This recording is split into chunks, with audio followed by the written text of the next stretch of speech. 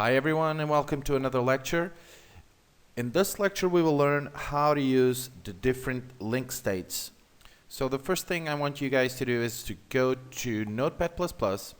Let's go to contact.html and you'll see that we have three different links. One to the home page, one to the about page, and another to the contact page.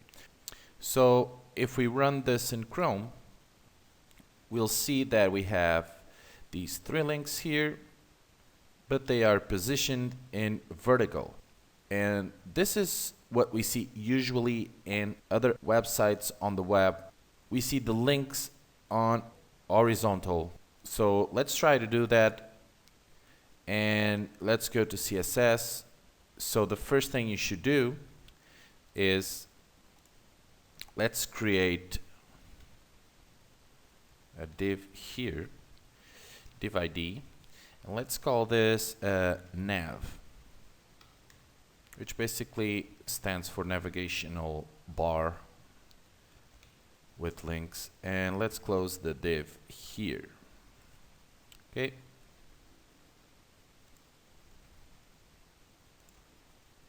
Let's indent this one and save this.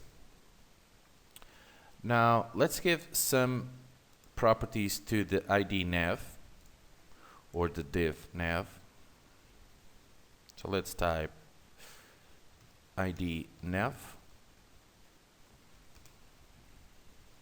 and here let's type, for example, border 1 pixel solid black semicolon, and let's give it a height of 50 pixels and width, let's type auto, background, let's type green, background color.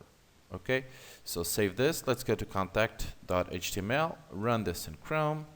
Okay, so this is what we have for now, and we have also the home page, about, contact, but they're still in vertical mode, not in horizontal.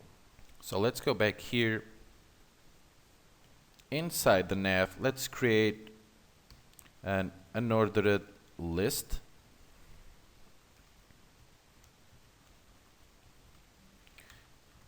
Here we close the UL.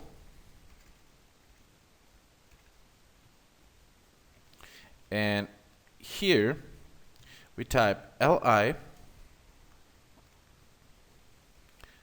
here, LI, and here instead of the BR or the line break, we close LI.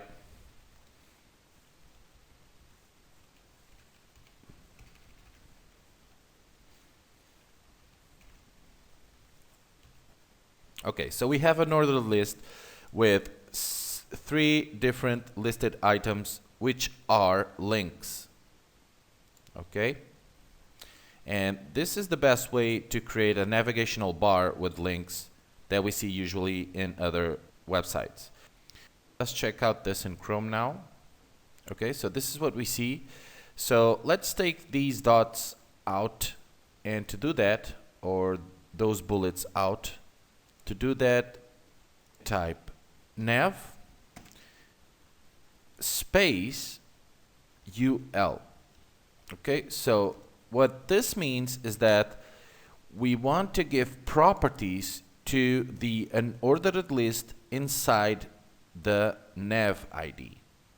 Okay, so let's type, for example, in order to take out the bullets, we type list style type, and here we type none. Okay, and if we check and go back and run this in Chrome, you'll see that we don't have the bullets anymore. Okay, this is how we do it with the property list style type none. Now I want to give more properties, but not to the unordered list in general, but to each li. So what we do is nav ul li, okay, the full path until we reach the list. And here, let me type border 1 pixel solid black. Okay, let's just check this out and run this in Chrome. Okay, so we have the 3 borders around each link or each li. Let's give here a width as well. Let's give it a width of, let's say, 40 pixels. I think that's enough for each one. Let's refresh. No, a little bit more. Let's give it a 670 pixel. Okay, perfect. Okay, now let's go back here. And let's type, finally, display inline. What this will do is it will put all the li elements in horizontal. Okay, so let's save this. Let's go to contact.html and run this and see what happens. And there it is. Okay, perfect. So now we have a more presentable navigational bar with the 3 links to the home page, about a contact page.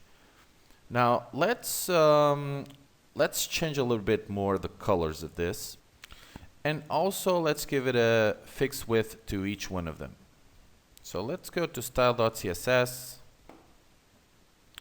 and let's go to first here to let's go to width auto. Let's give it a 300 pixel. Save it. Let's check this out now. Okay, a little bit more presentable. Let's give here a padding of 3 pixel. And here, instead of green, let's give this a white, for example. Let's go back, refresh. Okay, so now we can see a little bit more clearer. And let me center all this. So what I'm going to do is in here, let me type margin 0 auto.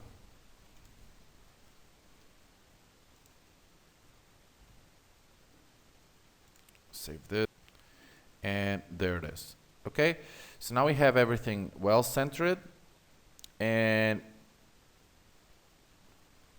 let me give a little bit more padding to this.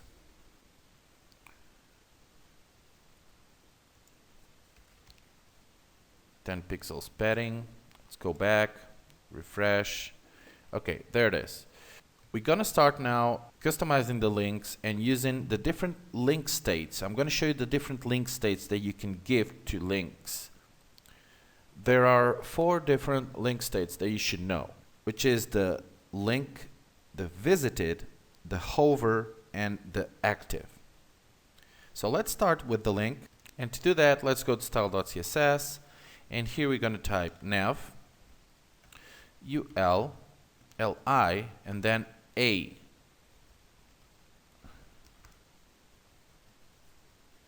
Now, after the a, we type colon, and then we type link. Okay, now this will give the properties to the normal state of the link. For example, as soon as we open a web page, what properties do you want the user to see on a link? The first thing we should do is to take out the underline. So we type text decoration and type none. Now let's save this and let's copy this and copy here and type it here, 1, 2, and 3. Now here, instead of link, the second state is visited. Here is hover, and here is active. So these are the 4 different states of a link, and each one will have his own properties, whatever properties you wish to give them. Okay. Now the second one, let's leave test decoration none in all of them, because I don't like underline decoration for the links in any case or any state. So link would be the normal state. Visited would be the properties that you want to give for the links that were already visited by the user. The hover would be the properties that you want to give to the links when the user hovers over the link. And the active is when the user presses the link. Okay? So let's try the different states with a different property of CSS. Let's say the visited will have a color of blue. So if we go here and run these, all are in blue because already been visited.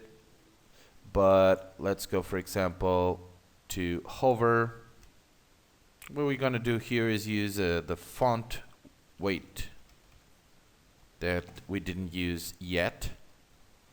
And this will give bold property to the link or the text. So in here we type bold. Okay? Now you're gonna see that whenever I hover over any of the links, it will turn bold. Okay, guys?